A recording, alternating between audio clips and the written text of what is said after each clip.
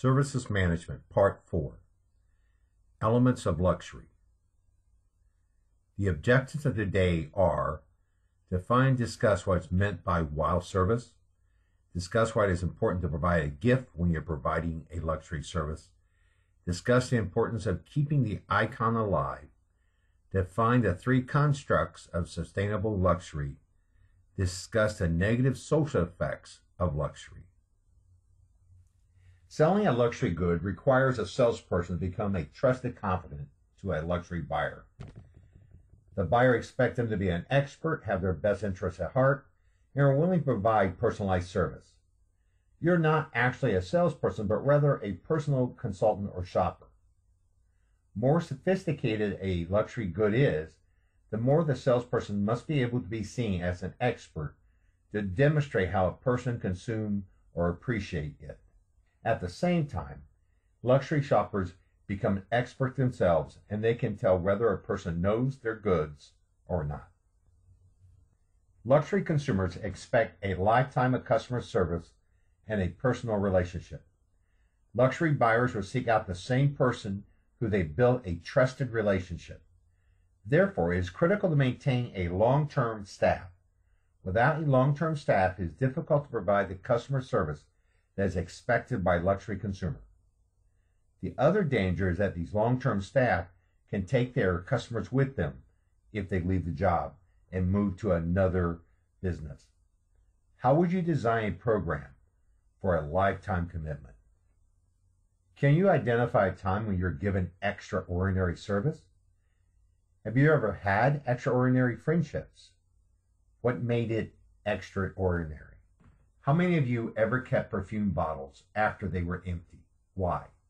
Have any of you ever kept any keepsakes from an event? What were they, and why did you keep it? Heritage is a story about the founder or the development of a company, or stories about critical events within a luxury company. Authenticity is when luxury consumers receive the luxury good to have a real or natural soul.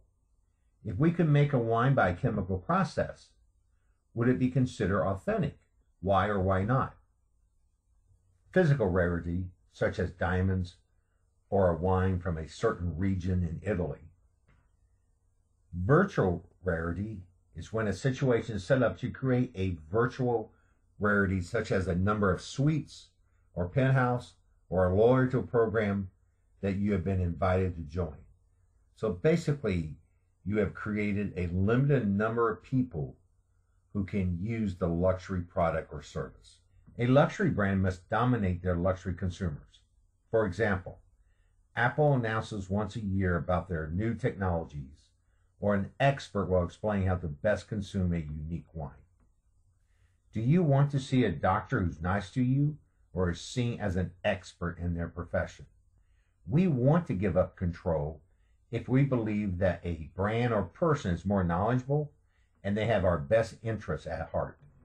Luxury brands want others to talk about their goods.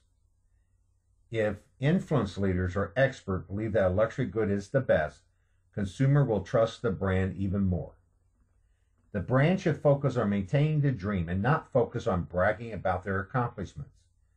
Many times, if a luxury brand brag about their successes, their consumer might view them as being arrogant or low class, or their competitors will want to become part of that market. Many luxury consumers want luxury goods to have a sustainable conscience.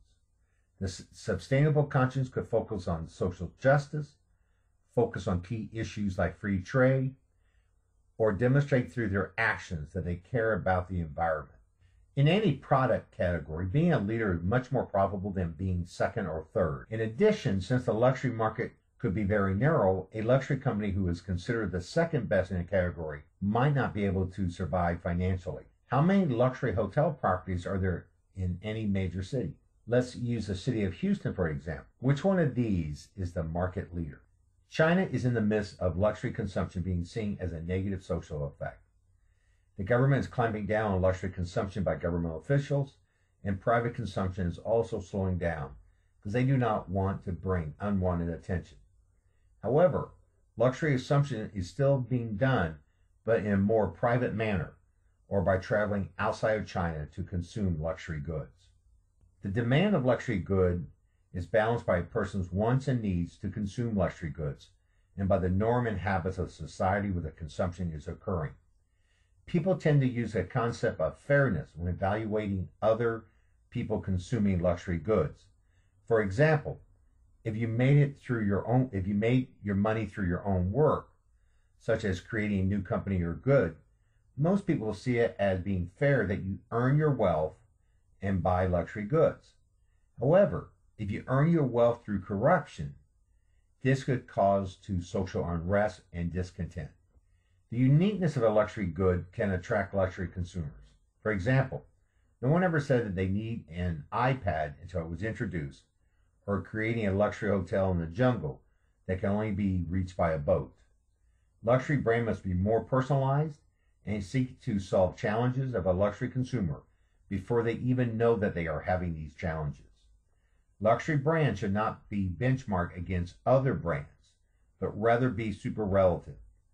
Benchmarking is a sign of process-oriented companies that tend to lower the quality of a luxury brand to make it more efficient.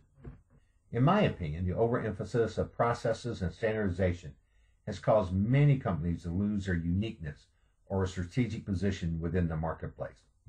For example, McDonald's has lost their market share because other companies have truly defined themselves and focus on being unique, fresh, and one of a kind within the marketplace. Can you identify today what makes McDonald's unique?